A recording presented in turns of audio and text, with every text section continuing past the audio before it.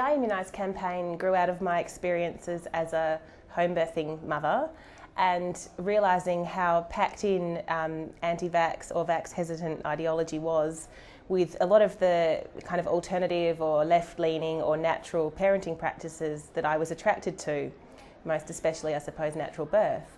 And having encountered the dominance of this discourse and really being one of the only people prepared to speak up in public about it in social settings, I wanted to formulate a campaign that would be very positive about packaging in immunisation as an ethical lifestyle decision that was in keeping with the other decisions that people in my community were making, which were decisions that I really loved and valued.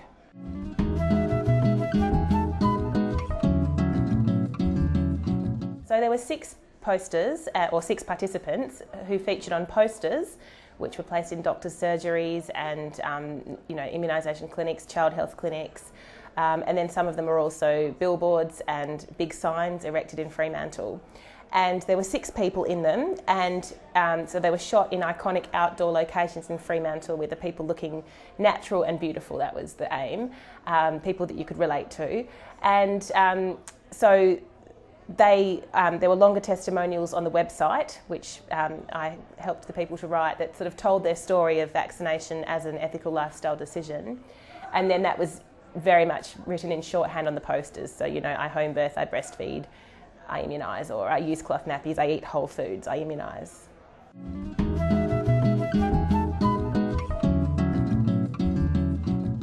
I think it's incredibly important that local campaigns feature, and not just feature, but are designed and delivered and done by local people. Ideally, an activist community, people who are not just doing what some kind of health promotion person or whatever has suggested, but reflecting on the real needs and the real identity and coming from that community. So one of the, when we had this billboard up in Fremantle, of Leela, a breastfeeding mother, and I was super stoked to have a breastfeeding mum up there because it kind of ticked 2 boxes as far as I was concerned. So we had this beautiful picture of Leela breastfeeding, and someone went on this website which was called Love Freo. It was a Facebook page. Freo is short for Fremantle, and said, have you seen this billboard? Do you think Leela is a real person? And there starts to be a bit of speculation.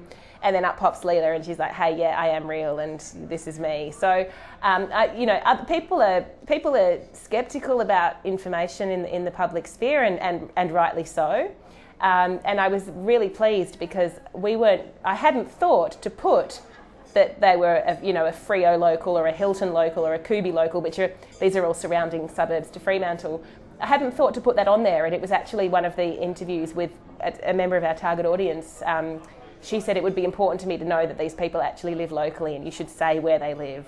And that was one of the best pieces of advice that came out of that pre-campaign interview process, because it was really important.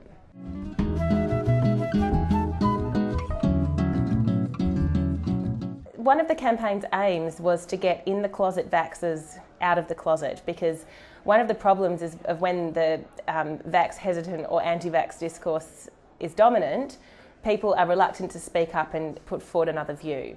So some of the qualitative research we did after the campaign, people did say to us, yeah, look, I feel like I can stand up a little bit more proudly and tell people that I immunise if it comes up in conversation, and also that I can send them to the website and say, this kind of speaks to the reasons that I do it as well.